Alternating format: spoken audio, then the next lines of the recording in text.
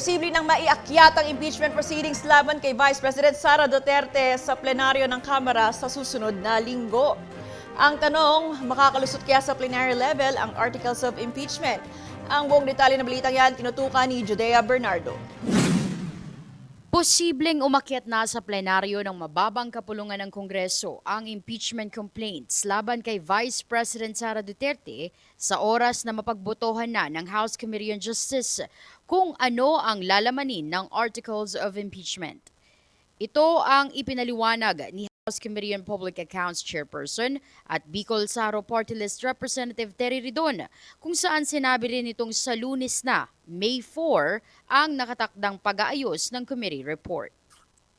From committee, lalapag po yun sa Committee on Rules. No? So yung Committee on Rules po yung mag-schedule kung kailan po ito isasalang sa plenaryo. But I'm sure within the week, nasa plenaryo na po ito at malamang mapag-uusapan na po at mabubuksan na po yung debate.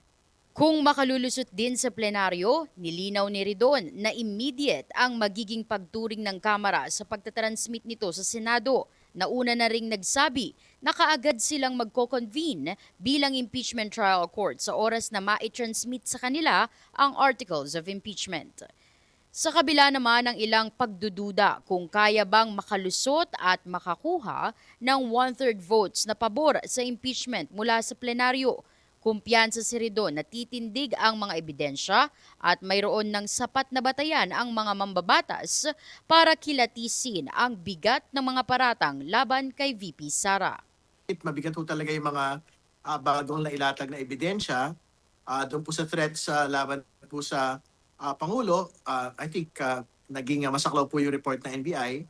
Yung po AMLAC report no, na 6.7 billion in total transactions, 4.4 billion in inflows na mag-asawa ng Duterte Carpio. Tingin ko may papaliwanag ko talaga doon yung unexplained wealth. No? Sa ngayon, isinasapinal pa ng Kamara ang nasabing committee report at inaasahang susunod na rito ang pagtalakay kung sino ang mga posibleng maging prosecutors mula sa House of Representatives na haharap sa Senado upang patunayang may nagawang impeachable offense ang vice-presidente. Mula rito sa House of Representatives, ako po si Judea Bernardo, D8 Patrol. Maraming salamat sa iyo, Judea Bernardo.